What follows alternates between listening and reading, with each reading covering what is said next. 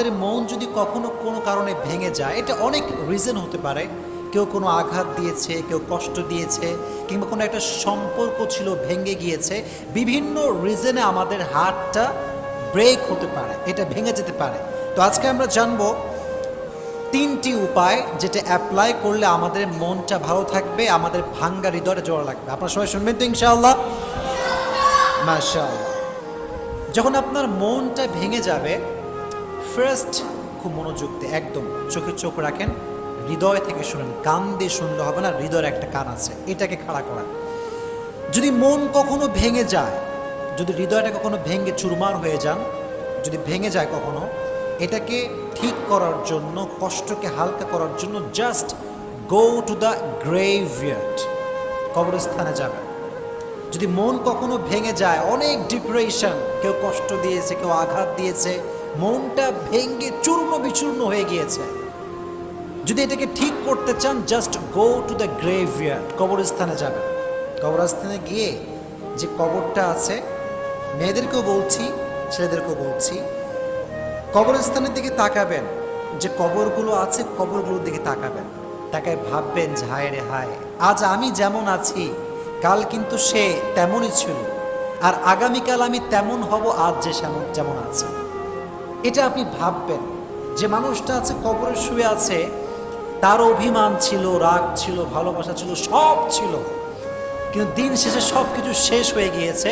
That means ये जो दिन है ये दिन खत्म होने वाला है, ये हमेशा रहने वाला नहीं है। এই যে কষ্টের দিনটা, এটা সাময়িক, এটা আজ আছে কাল থাকবে। These days are temporary. So don't be sad, don't be frustrated. These days are not permanent, these days are temporary. এটা সাময়িক, এটা আজ আছে কাল থাকবে না। এবং আপনি যখন মনটা ভেঙে গেছে, ask yourself why your heart is broken. আপনি নিজেকে জিজ্ঞেস করেন যে আমার মনটা কেন ভেঙে গেল। আপনি জাস্ট অনেক অবজার্ভ করার পরে বুঝতে পারবেন যে as a Muslim you have no connection with Salah, you have no connection with Quran, you have no connection with Prophet Muhammad sallallahu alayhi wasallam. আপনি মুসলমান ঘরের সন্তান, নামাজের সঙ্গে আপনার কোনো সম্পর্ক নাই। আপনি মুসলমান ঘরের সন্তান, কোরআনের সঙ্গে আপনার সম্পর্ক নাই। So as a Muslim you don't have any kind of connection with Salah, so how do you not expect the sadness that you are feeling, man? যদি আমার মুসলমান হিসেবে আমার নামাজের সঙ্গে কোনো সম্পর্ক না থাকে, আমার মন ভাঙবে না তো কার মন ভাঙবে? আমার মন তো ডেফিনেটলি ভাঙবে। এজন্য ask yourself why you are depressed. আপনি কেন হতাশ, কেন আপনার ভিতরে এত কষ্ট, কেন আপনার মনটা ভেঙে চূর্ণ বিচূর্ণ হয়ে গিয়েছে?